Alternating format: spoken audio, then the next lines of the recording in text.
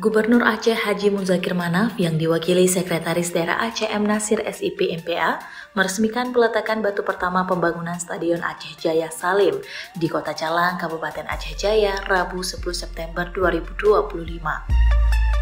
Stadion tersebut akan menjadi venue utama Pekan Olahraga Aceh ke-15 tahun 2026 di Aceh Jaya.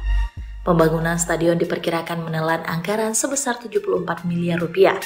Pada tahun 2025, pemerintah Aceh telah mengalokasikan 44 miliar rupiah melalui anggaran hibah untuk pembangunan fasilitas tersebut. Dalam kesempatan itu, Nasir menekankan pentingnya Aceh Jaya sebagai tuan rumah Pora 15 untuk fokus pada 4 target sukses. Pertama, sukses pembangunan sarana dan prasarana. Kedua, sukses penyelenggaraan. Ketiga, sukses prestasi. Dan yang terakhir adalah sukses administrasi. Ia mengatakan, sukses administrasi merupakan sukses paling vital, di mana kita sudah sukses pembangunan, penyelenggaraan, dan prestasi, tetapi jika bermasalah dengan hukum, maka semua keberhasilan akan sia-sia. Dan alhamdulillah dari pora ke pora kita tidak pernah bermasalah, dan itu harus terus dijaga, tutur M. Nasir.